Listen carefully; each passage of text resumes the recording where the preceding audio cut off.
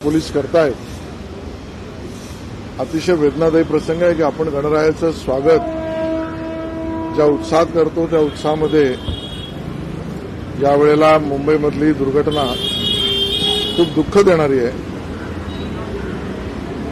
झालेली हानी भरून निघणारी नाहीच. गेलेल्या मनुष्याचा जीवही परत येणार नाही. पण या परिवाराच्या बरोबर सातत्याने उभं राहू आणि जी काही मदत सरकारी असेल ती संपूर्णतः करण्याची आणि चौकशीची भूमिका सरकारची आहे.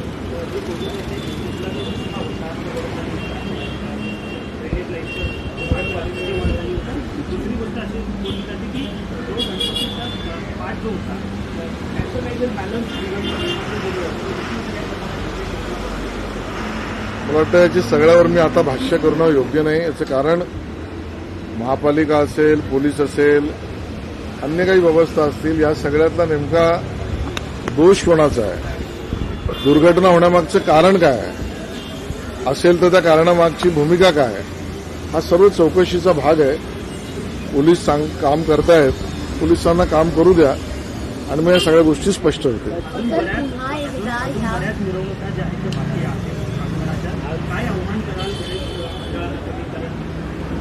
काल मी जेव्हा पोलिसांशी म्हणजे आयुक्तांशी स्वतः बोललो रात्री, त्यावेळेला तेही माझ्याशी बोलले. आज सकाळी पण मी सहआयुक्तांशी बोललोय.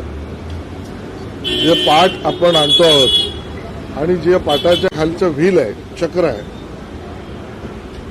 ते टायर आहे, लोखंडी आहे, टायरमध्ये हवा आहे, लोखंड बसल्यावर त्याचा दणका, व्हायब्रेशन बसणं, या सगळ्या प्रकाराची जरूर चिंता करायला पाहिजे. त्यामुळे सर्व गणेश भक्तांना आणि मंडळांना विनंती आहे की पोलिसांच्या सूचनांचं आपण पालन करूया. तसं करतोच आपण, पण अजून काळजी घेऊया. या ज्या काही पाट खाली असलेलं व्हील, ते व्हील कसलं आहे या सगळ्या बाबतीमध्ये चिंता करूया.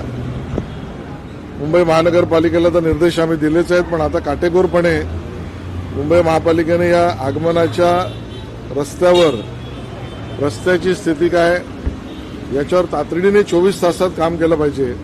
हे मी मुंबई महापालिका आयुक्तांशी बोललोय. सर्व मंडळांची भूमिका सकारात्मक असते. पोलिसांची, ट्रॅफिक पोलिसांनी राहावी आणि दुर्घटना होऊच नये या पद्धतीच्या व्यवस्थांची चिंता आपण सगळ्यांनी केली पाहिजे. या दुर्घटनेनंतर खरं तर आता पुन्हा एकदा मुंबईची जी हाईट आहे त्याच्यावरती प्रश्नचिन्ह निर्माण झालं आहे. ही 12 फुटाची मूर्ती तर तोपर्यंत ठीक आहे, मात्र त्याच्यावर ज्या मूर्त्या जातात तेव्हाच्या दुर्घटना घडू शकतात आणि ज्या घटना आहेत त्या देखील होऊ शकतात. मला वाटतं आज मी या परिवाराला सांत्वना द्यायला आलोय. गणेश